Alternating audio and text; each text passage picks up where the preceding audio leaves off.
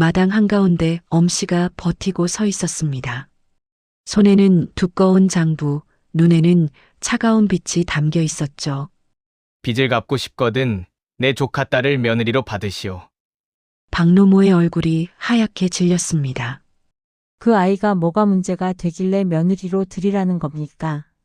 마을에서 벙어리라 부르는 아이요. 말도 제대로 못하고 행동도 굼뜨죠.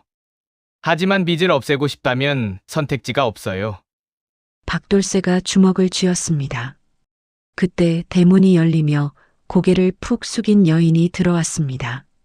손에는 낡은 보따리 하나, 그 안에 묵직한 항아리가 들어 있었죠. 아무도 몰랐습니다. 그 항아리 안에 마을 전체의 운명이 담겨 있다는 것을. 벙어리 며느리로 불린 이 여인이 마을을 어떻게 바꿔놓는지, 그 항아리 안에 무엇이 숨겨져 있는지 끝까지 함께 해주세요.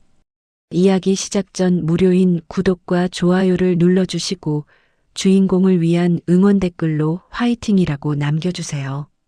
이야기 시작합니다. 1960년 늦가을 충청도 시골 산자락에 자리한 옥실마을이었습니다. 마을 어귀에서 가장 구석진 곳에 박돌쇠의 집이 있었습니다. 지붕은 지피 사가 군데군데 구멍이 뚫려 있었고 흙담은 허물어진 채 몇 해째 방치되어 있었죠.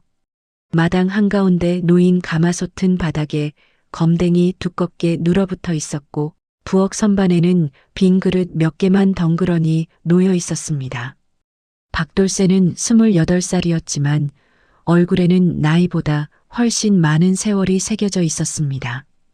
어릴 적 논두렁에서 넘어져 다친 왼쪽 다리는 완전히 낫지 않아 걸을 때마다 절뚝거렸습니다.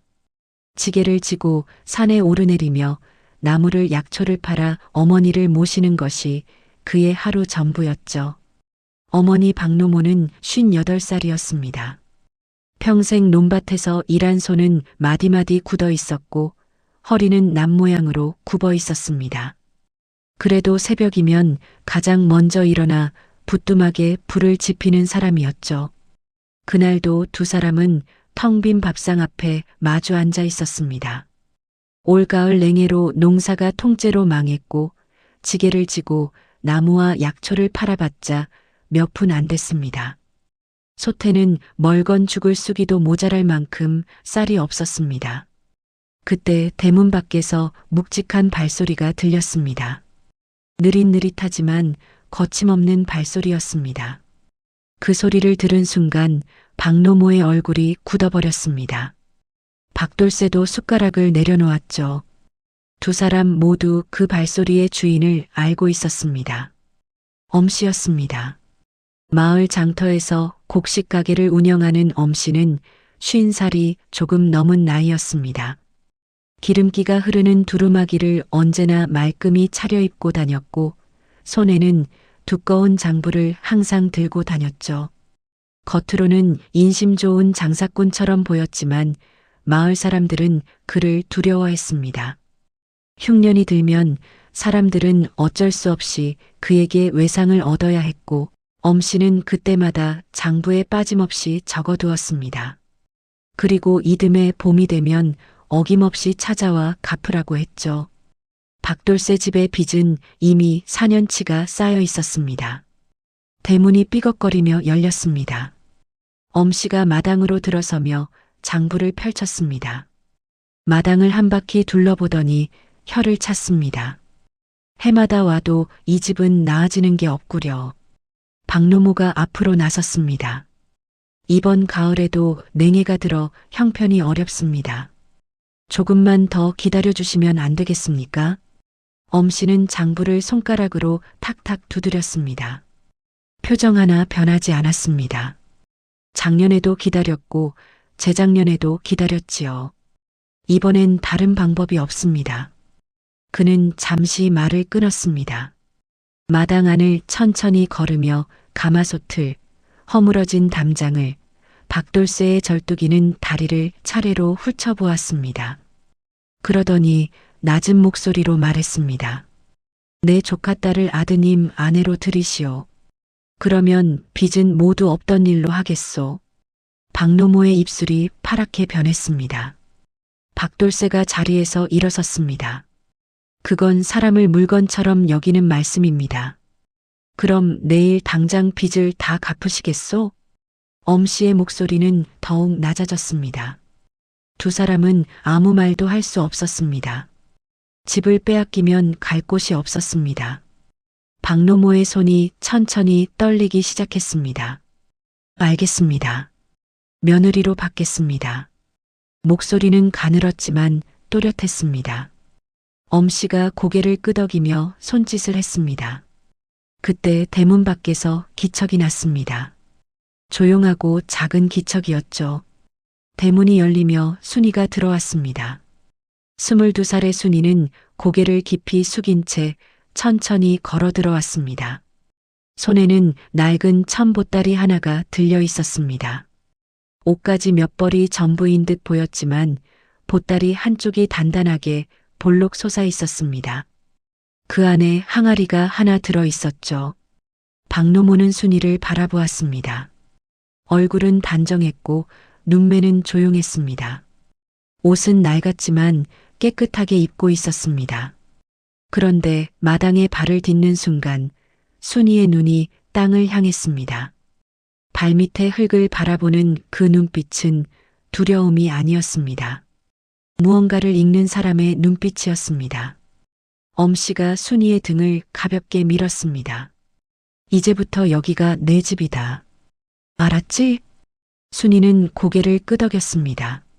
그리고 조용히 마당 한쪽에 쭈그려 앉아 보따리를 무릎 위에 올려놓고 항아리가 든 부분을 두 손으로 살며시 감쌌습니다. 엄씨는 장부를 박노모의 손에 쥐어주고 돌아섰습니다. 그의 발소리가 대문 밖으로 멀어지자 마당에는 긴 침묵이 내려앉았습니다. 박돌쇠와 박노모는 서로의 얼굴을 마주보지 못했습니다. 마을 단밖에서 수군거리는 소리가 들려왔습니다. 박돌쇠 집에 벙어리 며느리가 들어왔다더라. 동네 바보라고 소문났던데 혼례도 없이 그냥 들어왔다지. 박돌쇠는 방으로 들어가 문을 닫았습니다. 잠은 오지 않았습니다. 그날 밤이 깊어 마을이 잠든 뒤 순이는 옆방에서 혼자 창문을 바라보았습니다. 달빛이 흙마당을 하얗게 비추고 있었죠. 순이는 항아리를 품에 꼭 안고 눈을 감았습니다. 그 눈빛은 바보의 눈빛이 아니었습니다. 무언가를 오래 참아온 사람의 눈빛이었습니다. 순이의 입술이 달싹였습니다. 할머니, 제가 잘 지킬게요. 바람이 창호지를 가볍게 흔들었습니다. 다음 날 새벽이었습니다. 박노모가 눈을 떠 부엌으로 나가려는데 마당에서 인기척이 들렸습니다. 문을 열어보니 순이가 텃밭 앞에 쪼그려 앉아 있었습니다. 손으로 흙을 파헤치고 있었죠. 씨앗을 심는 것도 아니었습니다. 그냥 흙을 두 손으로 떠서 냄새를 맡고 손가락 사이로 흘려보내고 다시 집어 올리는 것을 반복하고 있었습니다. 박노모는 어이가 없었습니다. 첫날 밤을 그 집에서 보낸 새색시가 새벽부터 맨손으로 흙을 만지고 있으니 말이죠. 그래도 아무 말 없이 부엌으로 들어갔습니다. 달리 뭐라 할 기운도 없었습니다. 부엌이 이미 말끔하게 정리되어 있었습니다. 간밤에 지저분하게 쌓여있던 그릇들이 깨끗이 씻겨 선반에 올려져 있었고 부뚜막 주변에 흩어져 있던 재가 한쪽으로 쓸려 있었습니다. 물독에는 물이 가득 차 있었습니다. 박노모는 멈칫했습니다. 새벽에 우물까지 다녀온 것이었죠.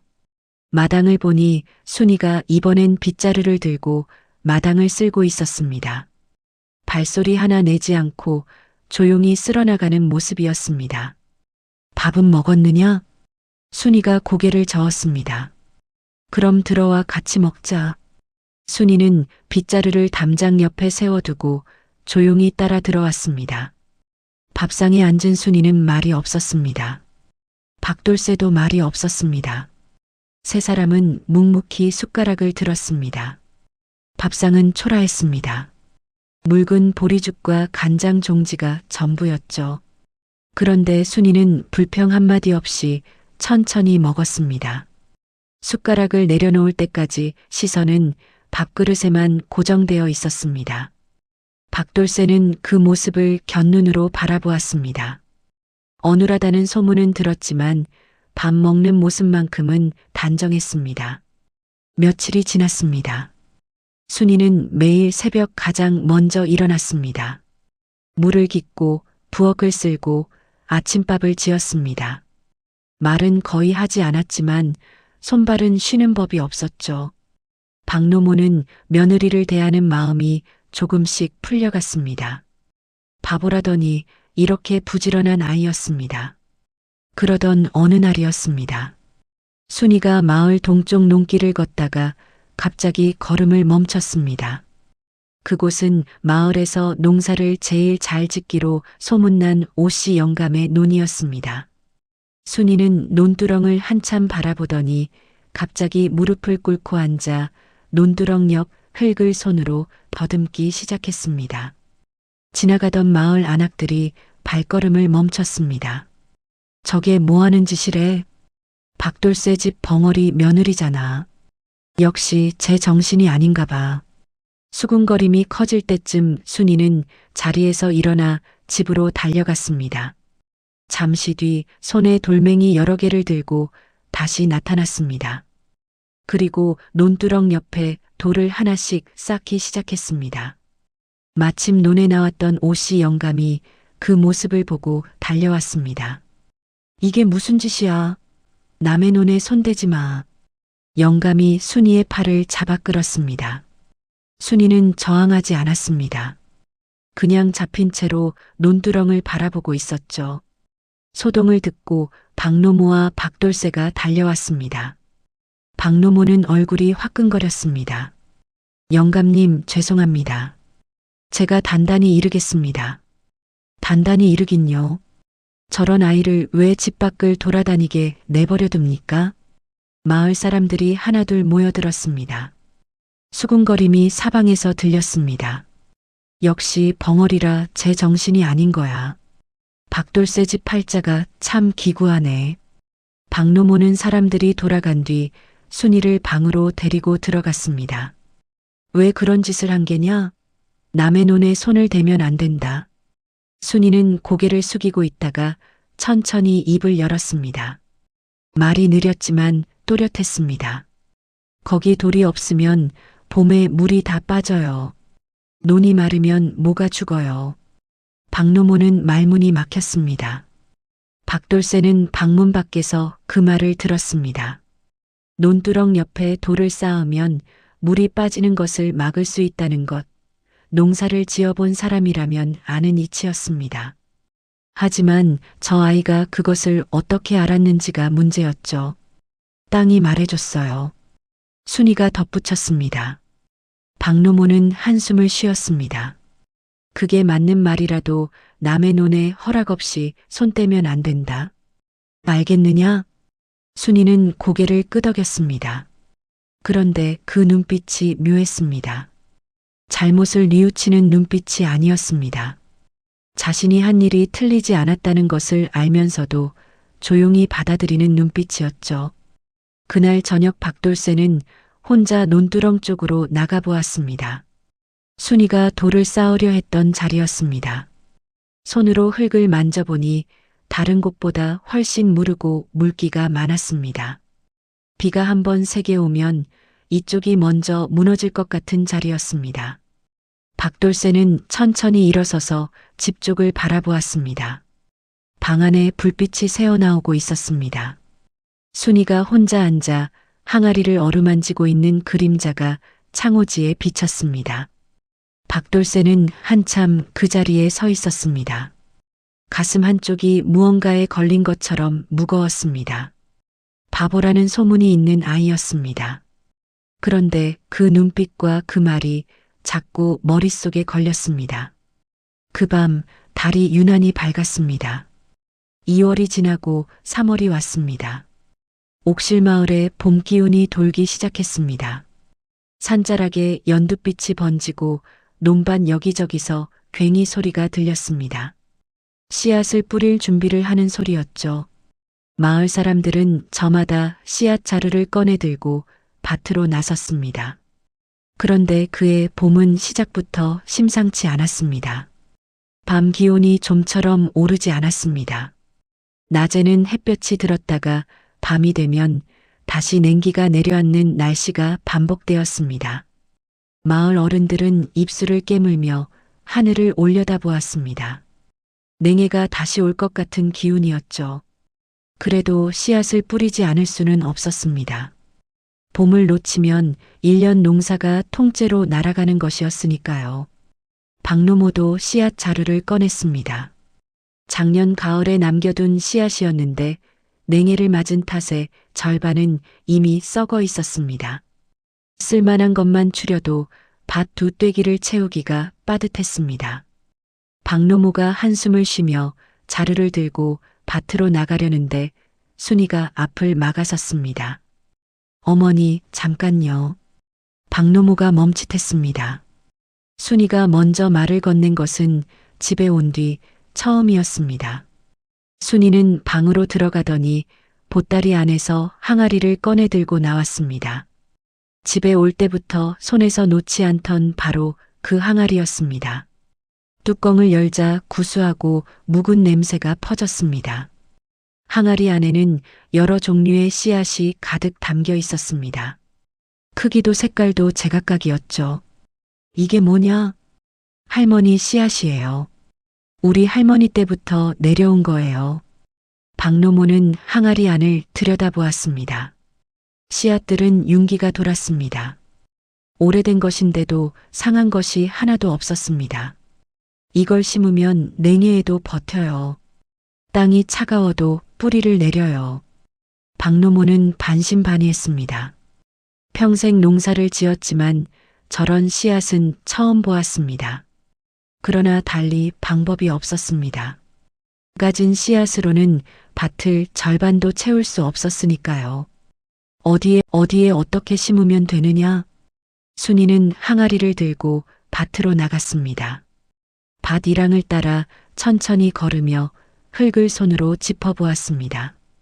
햇볕이 드는 방향을 살피고 바람이 오는 쪽을 확인했습니다. 그리고 씨앗의 종류에 따라 심을 자리를 하나씩 짚어주었습니다. 이쪽은 햇볕이 오래 들어요. 여기에 이 씨앗을 심고 저쪽은 바람막이가 있으니까 이걸 심어요. 말은 느렸지만 설명은 구체적이었습니다. 박노모는 순이가 짚어주는 대로 씨앗을 심었습니다. 박돌새도 지게를 내려놓고 곁에서 거들었습니다. 씨앗을 다 심고 나서 순이는 남은 씨앗 몇 줌을 다시 항아리에 담아 뚜껑을 덮었습니다. 소중한 것을 다루듯 두 손으로 감싸 안았습니다. 열흘이 지났습니다. 마을 전체가 술렁였습니다. 냉해가 예상보다 길어지면서 밤마다 씨앗이 썩거나 싹이 오르지 않았습니다. 오씨 영감의 넓은 밭도 마찬가지였고 이장 집 텃밭도 다르지 않았습니다. 그런데 박돌새 집밭에서만 파릇파릇한 싹이 올라오고 있었습니다. 처음에는 두세 개였습니다. 그것이 사흘이 지나자 밭 전체로 번졌습니다. 차가운 흙을 뚫고 올라온 싹들은 여리지 않았습니다. 줄기가 굵고 색깔이 짙었습니다. 담 너머로 박돌새 집밭을 바라보던 마을 사람들이 입을 벌렸습니다. 어떻게 저 집만 싹이 났지? 냉해가 이렇게 심한데 말이야. 그 벙어리 며느리가 뭔가 했다더라. 소문은 빠르게 퍼졌습니다. 마을 안악 몇 명이 박노모를 찾아왔습니다. 윤서방댁, 씨앗을 어디서 구했소? 우리 밭도 좀 봐줄 수 없겠소? 박노모는 난처했습니다. 씨앗이 넉넉하지 않았고 순이의 것을 함부로 나눠줄 수도 없었습니다. 그래도 이웃의 딱한 사정을 모른 척할 수 없어 순이에게 물었습니다. 나눠줄 수 있겠느냐? 순이는 잠시 항아리를 바라보았습니다. 그리고 조용히 고개를 끄덕였습니다. 드릴 수 있어요. 대신 제가 직접 심을 자리를 봐야 해요. 순이는 안악들의 밭을 하나씩 돌아다니며 흙을 짚어보고 씨앗을 나눠주었습니다. 말은 느렸지만 밤마다 설명이 달랐습니다. 이 밭은 물기가 많으니 이 씨앗을 심고 저 밭은 햇볕이 짧으니 저 씨앗을 심어야 한다고 했습니다. 마을 안악들은 반신반의하면서도 순이의 말대로 씨앗을 심었습니다. 보름이 지났습니다. 순이가 씨앗을 나눠준 밤마다 싹이 올라왔습니다. 냉해 속에서도 뿌리를 내린 싹들이었습니다. 마을 사람들은 눈이 휘둥그레졌습니다. 이게 어떻게 된 일이야? 그 씨앗이 보통 씨앗이 아닌 모양이야. 사람들의 시선이 달라지기 시작했습니다.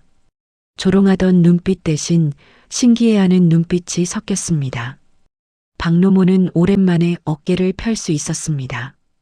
어느 저녁 박돌쇠가 밭에서 돌아오다가 순이가 밭두렁에 홀로 앉아 있는 것을 보았습니다. 무릎 위에 항아리를 올려놓고 싹이 오른 밭을 바라보고 있었습니다.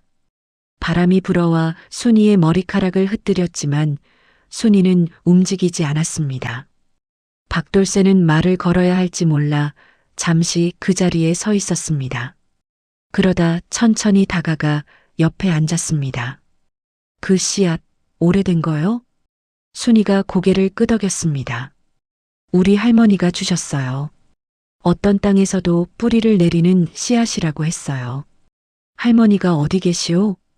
순이의 눈빛이 잠깐 흔들렸습니다. 돌아가셨어요. 박돌쇠는 더 묻지 않았습니다. 두 사람은 말없이 밭을 바라보았습니다. 저녁 햇살이 싹 위에 내려앉아 연두빛이 황금빛으로 물들고 있었습니다. 박돌쇠는 그제야 깨달았습니다. 순이가 그 항아리를 목숨처럼 안고 다닌 이유를 말이죠. 그것은 씨앗이 아니었습니다. 세상에서 유일하게 남은 할머니의 흔적이었습니다. 가슴 한쪽이 조용히 먹먹해졌습니다. 5월이 끝나갈 무렵이었습니다. 옥실마을에 장마 소식이 돌기 시작했습니다.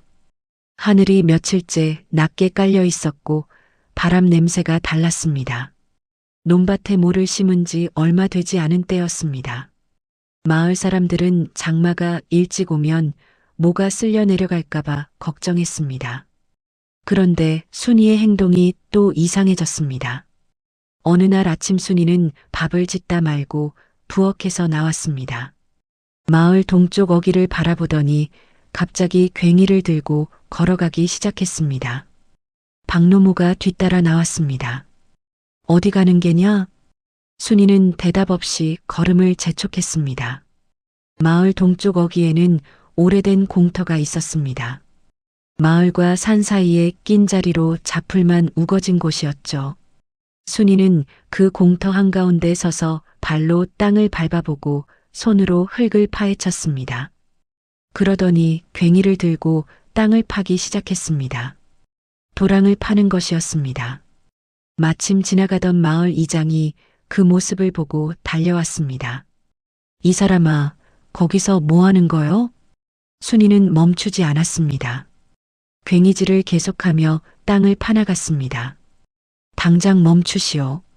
저 공터는 마을 공동 땅이요. 이장이 순이 앞을 막아섰습니다. 그제야 순이가 괭이를 내려놓았습니다. 얼굴에 흙이 묻어 있었고 이마에 땀이 흘렀습니다. 소동을 듣고 마을 사람들이 몰려들었습니다. 박노모와 박돌쇠도 달려왔습니다. 분이야, 대체 왜 그러는 게냐? 박노모의 목소리에 다급함이 실렸습니다. 순이는 숨을 고르며 천천히 말했습니다. 큰 비가 와요. 산에서 물이 쏟아져요. 사람들이 웅성거렸습니다. 장마철에 비 오는 건 당연하지. 저 여자 또 엉뚱한 소리를 한다. 순이가 고개를 저었습니다. 보통 비가 아니에요. 저 위에 묵은 물이 한꺼번에 쏟아지면 마을로 곧장 흘러요. 지금 이 자리에 도랑을 파두면 물길이 바뀌어요. 이장이 팔짱을 꼈습니다. 그 말이 맞다 해도 허락 없이 마을 땅을 파는 건 안 돼요. 마을 사람들이 모두 동의해야 하는 일이요. 마을 사람들의 눈빛은 냉랭했습니다. 씨앗 덕분에 잠깐 달라졌던 시선이 다시 의심으로 굳어지고 있었습니다. 또 이상한 짓을 하네. 아무리 씨앗 때문에 도움을 받았어도 우연이었겠지. 박돌쇠가 앞으로 나섰습니다. 여러분, 제 아내가 씨앗으로 이 마을에 도움을 준 것은 모두 아시지 않습니까? 한 번만 믿어봐 주시오. 하지만 이장은 단호했습니다. 믿고 안 믿고의 문제가 아니요. 절차가 있소. 마을 회의를 거쳐야 하오. 박돌쇠는 입술을 깨물었습니다. 순이는 아무 말도 하지 않고 그 자리에 서 있었습니다. 괭이를 손에 든 채 산 쪽을 바라보는 눈빛이 불안했습니다. 결국 순이는 집으로 돌아와야 했습니다. 그날 밤이었습니다. 하늘에서 빗방울이 떨어지기 시작했습니다. 처음에는 가늘었습니다. 보통 장맛비처럼 보였죠. 박노모는 지붕 틈으로 빗물이 새지 않도록 대야를 받쳐두고 잠자리에 들었습니다. 한밤중이 되자 빗소리가 달라졌습니다. 장대비였습니다. 하늘이 내려앉은 것처럼 빗줄기가 굵어졌습니다. 바람까지 세차게 불어 창호지가 파닥거렸습니다. 박돌쇠가 잠에서 깨어 밖을 내다보았습니다. 마당이 이미 물에 잠기고 있었습니다. 그때 산 쪽에서 묵직한 소리가 들렸습니다. 쿵 하는 소리였습니다. 땅이 울리는 소리였죠. 산사태다. 마을 어딘가에서 누군가 소리를 질렀습니다. 마을 사람들이 방문을 열고 뛰쳐나왔습니다. 횃불을 들고 산 쪽을 바라보니 산빛 아래서 흙과 나무가 물과 함께 쏟아져 내려오고 있었습니다. 어마어마한 양이었습니다. 이장이 소리쳤습니다. 모두 피하시오. 사람들이 우왕좌왕했습니다. 아이를 안고 뛰는 어머니, 노인의 손을 잡고 끌어당기는 젊은이들이 빗속에서 뒤엉켰습니다. 그런데 이상한 일이 벌어졌습니다. 산에서 쏟아진 물과 흙이 마을 한가운데로 곧장 흘러오지 않았습니다. 마을 동쪽 어기 공터에서 흐름이 꺾였습니다. 순이가 낮에 파담한 도랑 자리였습니다. 도랑은 완성되지 않았지만 괭이질로 파헤쳐진 흙이 무너지면서 물길이 자연스럽게 그쪽으로 꺾인 것이었습니다. 물은 공터를 거쳐 마을 서쪽 개울로 빠져나갔습니다. 마을 집들은 무사했습니다. 빗속에 서 있던 사람들은 한동안 아무 말도 하지 못했습니다. 물이 마을을 비켜가는 것을 눈으로 보면서도 믿어지지 않는 얼굴들이었습니다. 이장이 천천히 돌아보았습니다. 저 도랑이 아니었다면 마을이 잠겼어. 낮게 가라앉은 목소리였습니다. 순이 씨가 미리 판자리야. 우리가 막지만 않았어도. 사람들 사이에서 탄식 소리가 흘러나왔습니다. 빗속에서 순이는 마당 처마 밑에 서 있었습니다. 아무 말도 하지 않았습니다. 젖은 머리카락이 얼굴에 달라붙어 있었고 발밑에는 흙탕물이 흘렀습니다. 그 모습을 바라본 박돌쇠는 가슴이 무너지는 것 같았습니다. 낮에 자신이 사람들 앞에서 변호했지만 결국 막지 못했습니다. 아내의 말이 맞았는데도 지켜주지 못했습니다. 이장이 빗속을 뚫고 순이 앞으로 걸어왔습니다.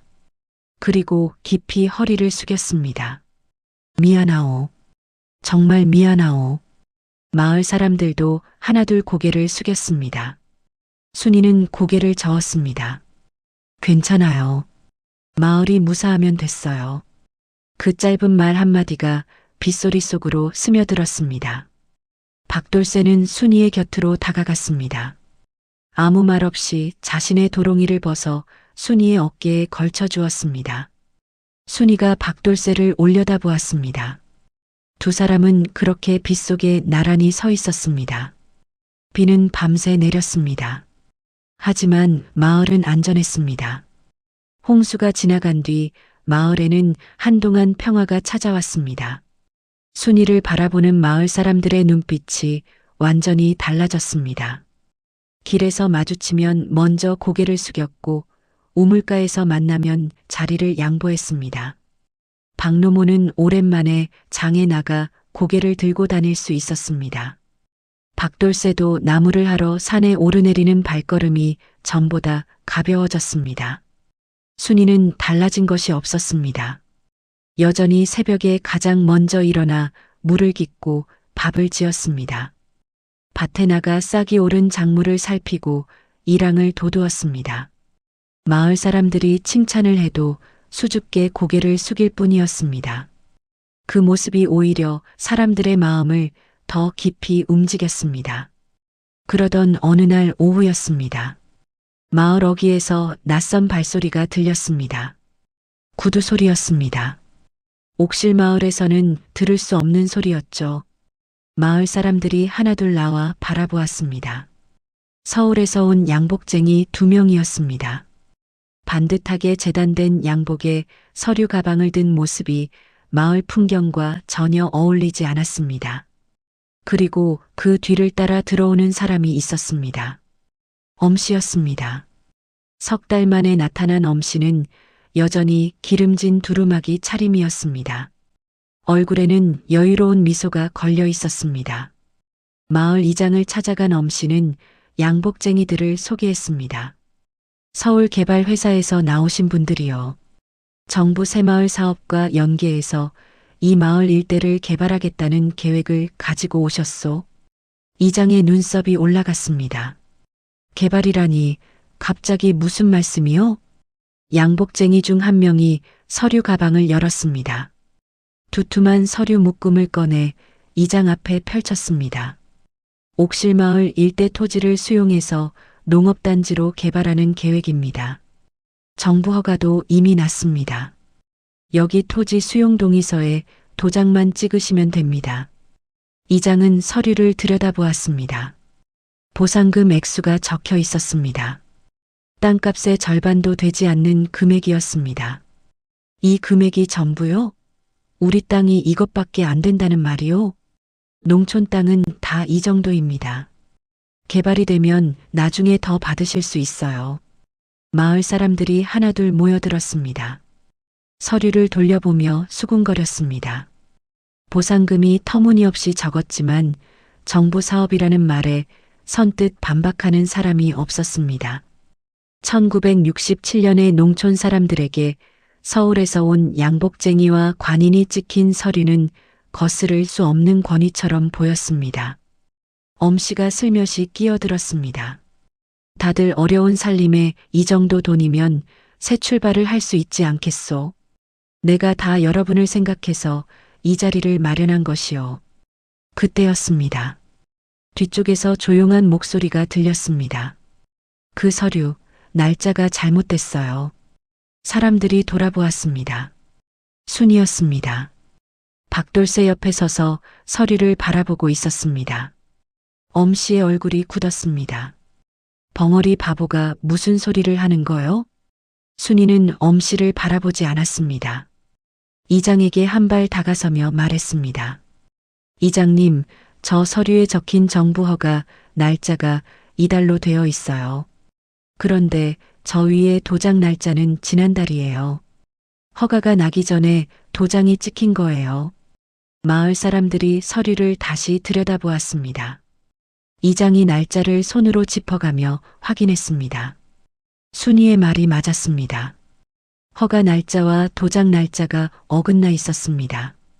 이게 어떻게 된 거요? 양복쟁이들의 얼굴이 굳었습니다. 엄씨가 목소리를 높였습니다. 글도 제대로 배우지 못한 바보가 서류를 안다고? 웃기는 소리 마시오. 순이는 천천히 입을 열었습니다. 저는 서당에서 글을 배웠어요. 말이 느린 것은 어릴 적 병을 앓은 탓이에요. 벙어리가 아니에요. 마을이 조용해졌습니다. 아무도 예상하지 못한 말이었습니다. 박돌새도 굳어버렸습니다. 박노모도 마찬가지였습니다. 순이가 처음으로 자신에 대해 또렷하게 말하는 순간이었습니다. 엄씨의 눈빛이 흔들렸습니다. 그것을 본 순이가 계속 말했습니다. 엄씨 아저씨가 이 땅 개발 계획을 안 것은 올해 봄이에요. 그때부터 마을 토지 문서를 조금씩 고쳐왔어요. 저는 그 소리를 들었어요. 무슨 소리를 들었다는 거요? 순이는 항아리를 품에 안았습니다. 이 항아리 안에 마을 토지 문서 원본이 있어요. 마을이 다시 술렁였습니다. 엄씨가 순이 쪽으로 한 발 다가섰습니다. 눈빛이 날카로워졌습니다. 그 항아리를 내놔. 박돌쇠가 순이 앞으로 나섰습니다. 내 아내한테서 물러서시오. 두 사람이 마주 서자 마을 장정들이 박돌쇠 옆으로 다가왔습니다. 홍수 때 마을을 구한 순이를 기억하는 사람들이었습니다. 이장도 양복쟁이들 앞에 버티고 섰습니다. 서류 진위가 확인될 때까지 도장을 찍을 수 없소. 양복쟁이들은 서로 눈빛을 교환했습니다. 엄씨는 입술을 깨물었습니다. 좋소. 하지만 이 일은 여기서 끝나지 않을 것이오. 그는 뒤돌아서며 낮게 내뱉었습니다. 발소리가 마을 어귀를 벗어날 때까지 아무도 움직이지 않았습니다. 사람들이 흩어진 뒤 순이는 항아리 뚜껑을 열었습니다. 씨앗들 사이 깊숙이 손을 넣어 무언가를 꺼냈습니다. 낡고 누런 종이였습니다. 접힌 자국이 깊었고 종이 가장자리가 달아 있었습니다. 이장이 떨리는 손으로 종이를 펼쳤습니다. 마을 토지 경계와 소유자가 적힌 원본 문서였습니다. 수십 년 전 작성된 것이었죠. 이걸 어떻게 가지고 있었소? 순이가 대답했습니다. 우리 할머니가 주셨어요. 이 마을 땅 문서를 지키라고요. 씨앗이랑 같이 넣어두면 아무도 손대지 않는다고 하셨어요. 이장은 눈을 감았습니다. 그래서 항아리를 그렇게 꼭 안고 다닌 거로군. 박노모는 며느리를 바라보았습니다. 처음 이 집에 올 때 아무것도 없이 보따리 하나만 들고 들어온 아이였습니다. 그 보따리 안에 씨앗과 함께 마을의 땅 문서가 들어 있었던 것입니다. 그날 밤 박돌쇠는 순이 옆에 조용히 앉았습니다. 왜 진작 말하지 않았소? 그를 안다는 것도 그 문서도. 순이는 무릎 위에 항아리를 올려놓고 대답했습니다. 때가 있어요. 너무 일찍 말하면 빼앗겨요. 엄씨 아저씨는 제가 뭘 가지고 있는지 알면 반드시 빼앗으려 해요. 어릴 때부터 그랬어요. 박돌쇠는 순이의 얼굴을 바라보았습니다. 이 집에 온 뒤 단 한 번도 불평하지 않고 조용히 때를 기다린 것이었습니다. 엄씨 집에서 얼마나 있었소? 순이의 손이 멈췄습니다. 6살 때부터요. 부모님이 돌아가시고 엄씨 아저씨한테 빚이 있었어요. 그래서 그 집에 들어갔어요. 박돌쇠는 더 이상 묻지 않았습니다. 묻지 않아도 알 수 있었습니다. 16년을 그 집에서 버텨온 것이었습니다. 바보인 척하면서 말이죠. 고생했소. 순이가 고개를 들었습니다. 그 두 마디가 예상치 못했던 모양이었습니다. 눈가가 살짝 붉어졌습니다. 밖에서 바람이 불었습니다. 항아리 속 씨앗들이 가볍게 부딪히는 소리가 났습니다. 작고 조용한 소리였지만 그날 밤 그 방 안에서는 유난히 크게 들렸습니다. 다음 날 새벽이었습니다. 순이가 눈을 떴을 때 방 안이 이상하게 조용했습니다. 바람 소리도 없었고 새 소리도 없었습니다. 그 고요함이 오히려 불안했습니다. 순이는 자리에서 일어나 항아리를 확인했습니다. 씨앗들은 그대로였습니다. 문서도 씨앗 사이에 단단히 끼워져 있었습니다. 순이는 항아리 뚜껑을 닫고 방문을 열었습니다. 마당이 어수선했습니다. 담장 아래 흙이 파헤쳐져 있었습니다. 누군가 밤중에 담을 넘은 흔적이었습니다. 순이는 발소리를 죽이고 마당을 살폈습니다. 부엌 쪽 창고 문이 열려 있었습니다. 안으로 들어가 보니 창고 안이 뒤집혀 있었습니다. 가마니와 농기구가 쓰러져 있었고 선반 위 물건들이 바닥에 나뒹굴었습니다. 누군가 항아리를 찾으러 들어온 것이 분명했습니다. 박돌쇠가 기척을 듣고 나왔습니다. 무슨 일이요? 순이가 창고 안을 가리켰습니다. 박돌쇠의 얼굴이 굳었습니다. 마당으로 나가 담장을 살펴보더니 입술을 깨물었습니다. 엄씨짓이요. 박노모도 나왔습니다. 세 사람은 한동안 말이 없었습니다. 엄씨가 직접 손을 쓰기 시작했다는 것을 모두 알고 있었습니다. 그날 오전이었습니다. 면사무소에서 찾아왔습니다. 박돌쇠에게 서류를 내밀었습니다. 박돌쇠 씨요? 면사무소에 나오시오. 고소장이 들어왔소. 고소장이라니요? 엄씨가 고소했소. 자기 조카 딸을 속여 데려가고 가문의 재산을 훔쳤다고요. 박노모가 앞으로 나섰습니다. 말도 안 되는 소리요. 엄씨가 직접 빚 대신 보낸 아이요. 그건 면소에서 따지시오. 순이라는 분도 함께 나오셔야 합니다. 순이는 방 안에서 그 소리를 듣고 있었습니다. 항아리를 가슴에 안고 천천히 일어섰습니다. 박돌쇠가 방문을 열었습니다. 당신은 있으시오. 내가 가서 해결하겠소. 순이가 고개를 저었습니다. 아니에요. 제가 가야 해요. 제 일이에요. 하지만 거기 가면 엄씨가 기다리고 있을 거요. 알아요. 그래서 가야 해요. 순이의 눈빛은 흔들리지 않았습니다. 박돌쇠는 더 말리지 못했습니다. 면사무소로 가는 길에 마을 사람들이 소식을 들었습니다. 이장이 달려왔습니다. 같이 가겠소. 내가 증언하겠소. 오씨 영감도 지팡이를 짚고 나왔습니다. 나도 가겠소. 홍수 때 함께 있었던 장정들도 따라 나섰습니다. 순이를 바보 며느리라 수군거리던 안악들도 마당을 나섰습니다. 어느새 10여 명이 함께 면사무소를 향해 걷고 있었습니다. 순이는 그 모습을 돌아보며 걸음을 멈췄습니다. 눈가가 붉어졌습니다. 빠르게 고개를 돌려 앞을 바라보았습니다. 박돌쇠가 옆에서 조용히 손을 잡았습니다. 순이는 그 손을 꼭 쥐었습니다. 면사무소 마당에는 엄씨가 이미 와 있었습니다. 양복쟁이 한 명도 옆에 서 있었습니다.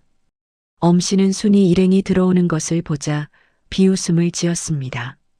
면장이 상석에 앉아 양쪽을 번갈아 보았습니다. 엄씨, 먼저 고소 내용을 말하시오. 엄씨가 앞으로 나섰습니다. 저 여자는 제 조카 딸입니다. 어릴 때부터 머리가 모자라 제가 거두어 키웠습니다.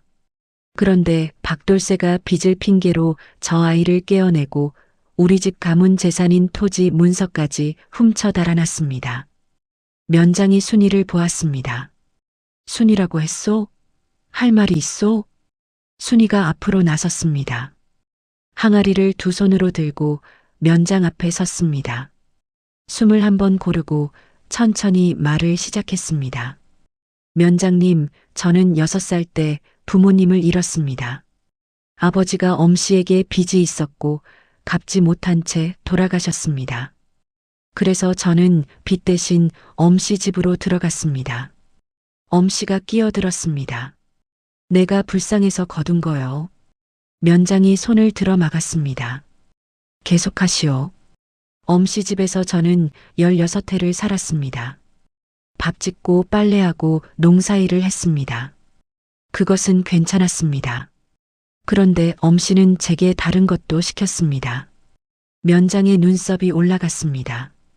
저는 어릴 때부터 땅의 기운을 느낄 수 있었습니다. 날씨가 어떻게 될지, 어느 땅이 좋고 나쁜지를 알 수 있었죠. 엄씨는 그 능력을 장사에 이용했습니다. 언제 곡식을 사고 팔아야 하는지 저한테 물었습니다. 어느 땅을 사야 하는지도 물었습니다. 면소안이 조용해졌습니다. 그것이 싫었습니다. 그래서 저는 바보인 척했습니다. 말을 느리게 하고 엉뚱하게 행동하면 엄씨가 저를 못 쓰게 될 거라 생각했습니다. 엄씨가 버럭 소리쳤습니다. 거짓말이요. 저 아이는 정말 머리가 모자랐소. 면장이 날카롭게 쳐다보았습니다. 조용히 하시오. 순이가 항아리를 앞으로 내밀었습니다. 이 항아리는 우리 할머니가 주신 것입니다. 3대째 이 마을 씨앗을 지켜온 항아리입니다. 그리고 이 안에 이 마을 토지 원본 문서가 들어 있습니다. 순이가 뚜껑을 열고 씨앗을 조심스럽게 걷어냈습니다. 그 아래에서 낡은 종이가 나왔습니다. 면장이 손을 뻗었습니다. 종이를 펼쳐 읽어내려가던 면장의 눈빛이 변했습니다. 이것은 이 마을 토지 공동 소유를 증명하는 원본 문서요. 작성된 지 40년이 넘었구려. 엄 씨의 얼굴이 하얗게 변했습니다. 이장이 앞으로 나섰습니다. 면장님, 엄 씨가 가져온 서류는 날짜가 조작되어 있었습니다. 저희가 도장을 찍을 뻔했습니다. 오 씨 영감도 나섰습니다. 저도 증언하겠습니다. 엄 씨가 이 마을 사람들 빚을 부풀려 왔다는 것을 저는 오래전부터 의심해 왔습니다. 면장이 엄 씨를 바라보았습니다. 엄 씨, 이 문서와 날짜 조작에 대해 해명하시오. 엄 씨는 입을 열었다 닫았습니다. 양복쟁이는 이미 뒤로 물러서 있었습니다. 이것은 오해입니다. 저는 그저 오해라면 증거를 대시오. 엄 씨는 더 이상 말을 잇지 못했습니다. 엄 씨를 조사하겠소. 그리고 저 서울 사람들도 함께 붙잡아 두시오. 서류 조작 여부를 확인해야 하오. 엄 씨는 끌려가면서 순이를 돌아보았습니다. 눈빛이 복잡했습니다. 분노인지 후회인지 알 수 없는 눈빛이었습니다. 순이는 그 눈빛을 피하지 않고 바라보았습니다. 면소를 나서는 길에 마을 사람들이 순이를 둘러쌌습니다. 고맙소, 순이 씨. 우리 땅을 지켜줬소. 우리가 그동안 얼마나 어리석었는지 모르겠소. 순이는 고개를 저었습니다. 다들 속으신 거예요. 잘못이 없어요. 박돌쇠가 순이 곁에 섰습니다. 순이를 바라보는 눈빛이 달랐습니다. 처음 이 집에 왔을 때 고개를 숙이고 들어온 여인이었습니다. 지금은 마을 사람들 앞에 당당히 서 있었습니다. 박돌쇠는 그 모습을 보며 가슴이 꽉 찼습니다. 집으로 돌아오는 길 저녁 햇살이 논을 비추고 있었습니다. 모가 바람에 일렁였습니다. 순이가 심어준 씨앗에서 자란 모들이었습니다. 순이는 걸음을 멈추고 논을 바라보았습니다. 서방님, 이제 괜찮을 것 같아요. 박돌쇠가 물었습니다. 무엇이요? 모든 것이요. 바람이 불어왔습니다. 모가 한 방향으로 일제히 고개를 숙였다가 다시 일어섰습니다. 마치 오랫동안 기다려온 것이 이제야 풀리는 것 같은 풍경이었습니다. 보름이 지났습니다. 면사무소에서 엄 씨의 장부를 조사한 결과가 나왔습니다. 마을 사람들이 면사무소 마당에 모였습니다. 면장이 두꺼운 장부를 펼쳐놓고 천천히 입을 열었습니다. 조사 결과를 알려드리겠소. 엄 씨는 지난 15년간 이 마을 사람들에게 빌려준 돈을 실제보다 2배에서 3배까지 부풀려 기록했소. 또한 마을 토지 공동 문서를 조작해 개발회사의 헐값에 넘기려 한 사실도 확인되었소. 마을 사람들이 술렁였습니다. 그럼 우리가 진 빚이 가짜란 말이오? 전부는 아니오. 하지만 절반 이상이 부풀려진 것이오. 탄식 소리가 여기저기서 터졌습니다. 어떤 안악은 그 자리에서 주저앉았습니다. 평생 갚아도 모자랄 것 같았던 빚이 사실은 엄 씨가 만들어낸 숫자였던 것입니다.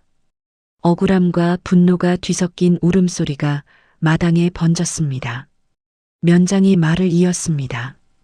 부당하게 걷어간 돈은 엄 씨 재산을 팔아 돌려주겠소. 토지 문서 원본은 마을 공동 소유로 면사무소에 보관하겠소. 마을 이장이 나섰습니다. 엄 씨는 어떻게 되는 거요? 죄목이 여럿이오.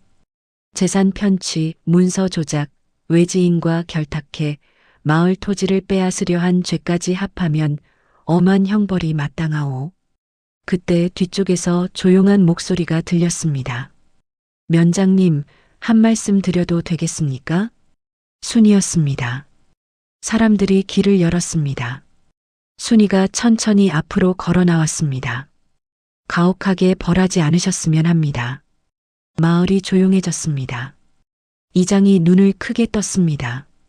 순이 씨, 저자가 당신한테 한 짓을 생각하면 알아요. 하지만 엄씨는 저를 거두어 줬습니다. 부모님이 돌아가셨을 때 갈 곳이 없었던 저를 받아줬어요. 이용한 것도 사실이지만 굶기지는 않았습니다. 마을 사람들은 숨을 죽였습니다. 16년을 그 집에서 버텨온 아이였습니다. 바보인 척하며 견뎌온 세월이었습니다. 그 아이가 지금 용서를 구하고 있었습니다. 면장이 순이를 바라보았습니다. 당신의 뜻이 그렇다면 형을 감하겠소. 하지만 죄는 죄요. 그냥 넘길 수는 없소. 네. 새 사람이 될 기회만 주세요. 면장이 고개를 끄덕였습니다. 사흘 뒤 엄씨가 이웃 고을로 떠나는 날이었습니다. 5년간 그곳에서 노역을 하는 것이 면장이 내린 판결이었습니다. 엄씨는 손이 묶인 채 서 있었습니다. 예전에 기름진 두루마기는 없었습니다. 낡은 옷에 얼굴은 푸석했습니다. 마을 사람들이 멀찍이 서서 바라보았습니다. 아무도 말을 걸지 않았습니다. 그때 순이가 걸어 나왔습니다. 손에 작은 보따리를 들고 있었습니다. 엄씨 앞에 서자 엄씨가 고개를 들었습니다. 두 사람의 눈이 마주쳤습니다. 엄씨의 눈빛이 흔들렸습니다. 분이야. 그것이 전부였습니다. 더 이상 말을 잇지 못했습니다. 목이 잠긴 것 같았습니다.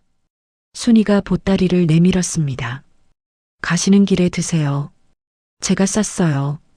엄씨는 보따리를 받아들지 못했습니다. 손이 떨렸습니다. 내가 미안하다. 정말 미안하다. 엄씨의 눈에서 눈물이 흘렀습니다. 50이 넘은 사내의 눈물이었습니다. 괜찮아요. 앞으로 정직하게 사세요. 사람들 속이지 마시고요. 엄씨는 고개를 끄덕이지도 저으지도 못했습니다. 그냥 서서 울었습니다. 엄씨가 발걸음을 옮기기 시작했습니다. 마을 어귀를 벗어날 때까지 순이는 그 뒷모습을 바라보았습니다. 박돌쇠가 곁에서 물었습니다. 정말 괜찮소? 순이는 잠시 말이 없었습니다. 괜찮아요. 오히려 홀가분해요. 미워하면서 사는 것이 더 힘들어요. 박돌쇠는 그 말을 한동안 곱씹었습니다. 16년을 그 집에서 버텨오면서도 원망보다 이해를 먼저 내세우는 사람이었습니다. 자신이라면 그럴 수 있었을지 자신이 없었습니다.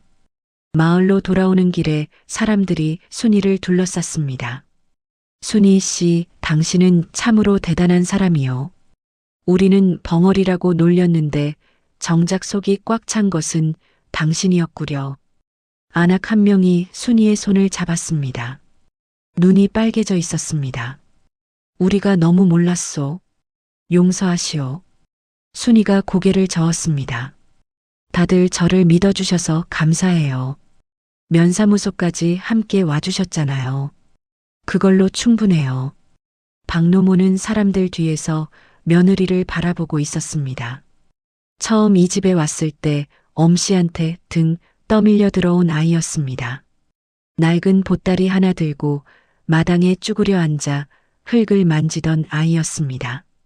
지금은 마을 사람들 한가운데 서 있었습니다. 박노모는 눈물이 나왔습니다. 소매로 얼른 닦았습니다. 그날 저녁 세 사람은 오랜만에 넉넉한 밥상을 차렸습니다. 면사무소에서 돌려준 돈으로 장에 나가 쌀을 사고 두부를 사고 나물을 샀습니다. 박노모가 된장찌개를 끓였습니다. 구수한 냄새가 마당 밖으로 넘어갔습니다. 밥상에 둘러앉은 세 사람은 한동안 말이 없었습니다. 말이 필요 없었습니다. 박돌쇠가 먼저 숟가락을 들었습니다. 잘 먹겠습니다. 순이가 따라 숟가락을 들었습니다. 박노모도 들었습니다. 세 사람이 함께 밥을 먹는 소리가 작은 방 안을 채웠습니다. 소박하고 평범한 소리였습니다. 그런데 그 소리가 그날따라 유난히 따뜻하게 들렸습니다. 밥상이 끝나고 순이가 설거지를 하는 동안 박노모가 마루에 앉아 있었습니다. 박돌쇠가 옆에 앉았습니다. 이 여인을 며느리로 맞은 것이 이 집에 들어온 가장 큰 복이었구나. 박노모가 고개를 끄덕였습니다. 그러게 말이다. 바보라 불린 아이가 우리 집을 살리고 마을을 살렸구나. 부엌에서 그릇 씻는 소리가 들렸습니다.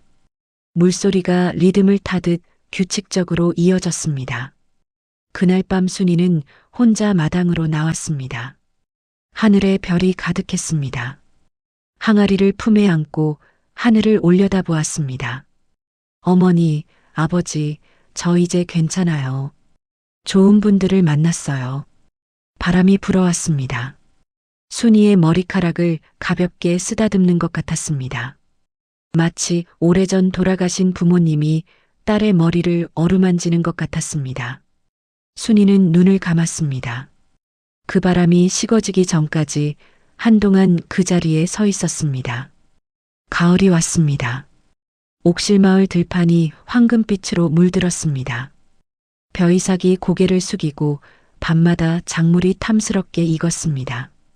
하늘은 높고 맑았습니다. 바람이 불 때마다 들판이 물결처럼 일렁였습니다. 그의 옥실마을의 가을은 오랜만에 풍년이었습니다. 마을 사람들은 저마다 추수를 하며 감탄했습니다. 냉해가 들었던 봄을 생각하면 믿기지 않는 결실이었습니다. 특히 순이가 씨앗을 나눠주고 밭자리를 봐준 집들은 다른 집보다 수확이 눈에 띄게 많았습니다. 박돌쇠 집 밭도 마찬가지였습니다. 지게가 부러질 것 같았습니다. 박돌쇠는 밭에서 돌아올 때마다 한박웃음을 지었습니다. 절뚝이는 걸음이었지만 발걸음이 가벼웠습니다. 어미, 이번 추수가 내 평생 최고요. 박노모가 마루에 앉아 콩을 고르다가 고개를 들었습니다. 다 순이 덕분이지. 어느 자리에 뭘 심으라고 했기에 이렇게 잘 자랐겠느냐. 순이는 부엌에서 저녁을 준비하다가 그 소리를 들었습니다. 수줍게 웃으며 고개를 저었습니다. 제가 한 게 없어요. 땅이 원래 좋은 땅이었어요. 박돌쇠가 웃었습니다. 그 좋은 땅을 알아본 것이 당신이잖소. 추수가 끝난 뒤 마을에서 잔치가 열렸습니다. 이장이 마을 사람들을 불러 모았습니다. 마당에는 시루떡과 막걸리가 차려졌고 아이들이 뛰어다녔습니다. 오씨 영감도 지팡이를 짚고 나왔습니다. 홍수 때 물에 잠겼던 논이 이번 가을에는 누구보다 풍성하게 익었습니다. 이장이 막걸리 잔을 들었습니다. 올해는 정말 기적 같은 한 해였소. 봄에 냉해가 들었을 때 다들 망했다 생각했는데 홍수가 닥쳤을 때 마을이 통째로 잠길 뻔했는데 땅마저 빼앗길 뻔했는데 이렇게 풍년을 맞이했소. 마을 사람들이 조용히 들었습니다. 이 모든 것이 한 사람 덕분이요. 이장의 시선이 순이에게 향했습니다. 마을 사람들도 일제히 순이를 바라보았습니다. 순이는 얼굴이 빨개져서 고개를 숙였습니다. 순이 씨, 고맙소. 우리 마을이 살아있는 것이 당신 덕분이요. 마을 사람들이 잔을 들었습니다. 오씨 영감이 일어섰습니다. 나도 한마디 하겠소. 처음에 저 여자가 내 논두렁에 돌을 쌓으려 할 때 내가 밀쳐냈소. 바보라고 무시했소. 부끄럽구려. 영감의 목소리가 갈라졌습니다. 그 자리에 돌이 쌓였더라면 홍수 때 내 논이 덜 잠겼을 것이요. 하지만 덕분에 마을 물길이 바뀌었으니 내 논은 희생됐지만 마을이 살았소. 그것으로 충분하오. 박노모가 눈물을 훔쳤습니다. 잔치가 무르익을 때 이장이 다시 일어섰습니다. 한 가지 제안이 있소. 순이 씨가 물길을 받고 마을을 구한 그 도랑 말이요. 이번에 제대로 완성했는데 이름을 지어주고 싶소. 순이 도랑이라 부르는 게 어떻겠소? 사람들이 박수를 쳤습니다. 찬성이요. 좋은 생각이요. 순이가 고개를 저었습니다. 아니에요. 그냥 마을 도랑이라고 해주세요. 이장이 웃으며 물었습니다. 왜요? 마을 사람들이 함께 완성한 거잖아요. 제 이름을 붙일 필요가 없어요. 마을 사람들은 그 말에 다시 한번 마음이 움직였습니다. 마을을 구하고도 이름 석자 남기기를 마다하는 사람이었습니다. 이장이 고개를 끄덕였습니다. 알겠소. 마을 도랑으로 하겠소. 하지만 우리 마음속에는 영원히 순이 도랑이요. 웃음소리가 마당을 채웠습니다. 잔치가 끝나고 사람들이 하나둘 집으로 돌아갔습니다. 마당에는 세 사람만 남았습니다. 박돌새와 순이가 나란히 마루에 앉았고 박노모가 차를 내왔습니다. 어이 내년에는 집을 조금 손볼까 합니다. 지붕도 새로 올리고 담장도 쌓고요. 박노모가 찻잔을 내려놓으며 말했습니다. 그래. 이제 돈도 좀 생겼으니 할 수 있겠구나. 순이가 조심스럽게 말을 꺼냈습니다. 저 한 가지 부탁해도 될까요? 말해보거라. 마당 한쪽에 꽃나무를 심고 싶어요. 봄에 꽃이 피면 예쁠 것 같아요. 박노모가 환하게 웃었습니다. 그거 좋은 생각이구나. 뭘 심을 거냐? 복숭아 나무요. 꽃도 예쁘고 열매도 달아요. 박돌새가 순이를 바라보았습니다. 내년 봄에 같이 심읍시다. 세 사람은 차를 마시며 한동안 이야기를 나눴습니다. 지붕수리 이야기, 내년 농사 이야기, 복숭아 나무가 자라면 얼마나 예쁠지 이야기들이었습니다. 소박하고 평범한 이야기들이었습니다. 그런데 그 소박함이 그 무엇보다 따뜻했습니다. 밤이 깊어 박노모가 먼저 방으로 들어갔습니다. 박돌새도 일어서려는데 순이가 마당을 바라보았습니다. 서방님, 저 잠깐 마당에 있다 들어갈게요. 박돌새는 고개를 끄덕이고 방으로 들어갔습니다. 그러나 문을 닫지 않고 창호지 너머로 마당을 바라보았습니다. 순이가 마당으로 내려섰습니다. 처음 이 집에 왔을 때 낡은 보따리를 들고 들어오던 자리였습니다. 그때 순이는 그 자리에 쭈그려 앉아 흙을 손으로 만졌습니다. 지금 순이는 그 자리에 똑바로 서 있었습니다. 마당 한쪽을 바라보았습니다.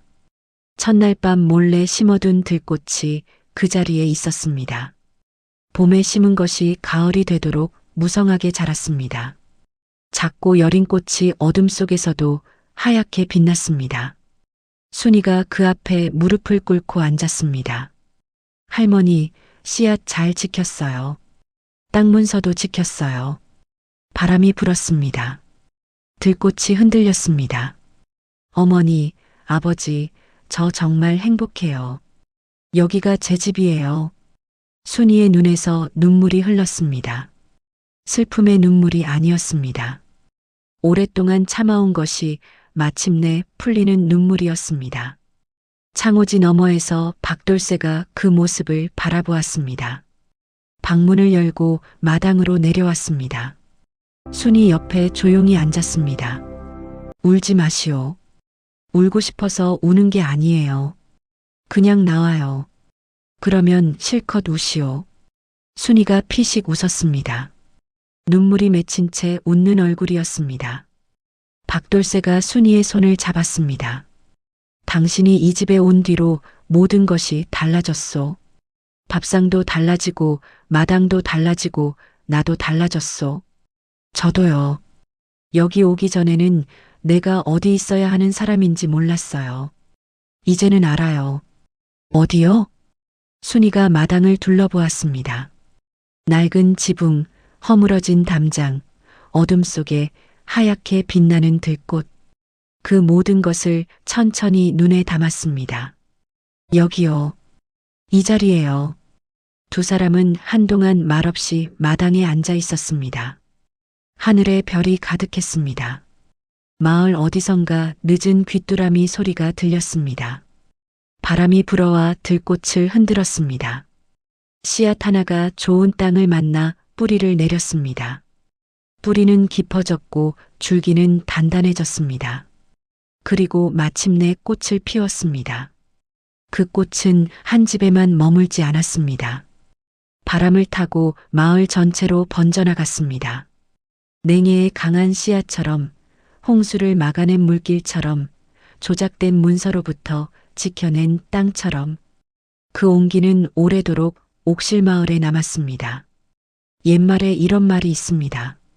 좋은 씨앗은 반드시 때를 만난다.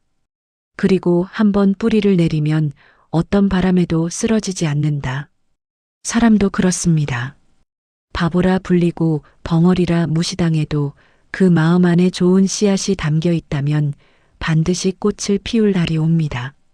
오늘 이야기는 여기까지입니다. 이야기 마음에 드셨다면 주인공을 위한 따뜻한 응원 댓글 고생했다라고 남겨주세요. 끝까지 시청해 주셔서 감사드립니다.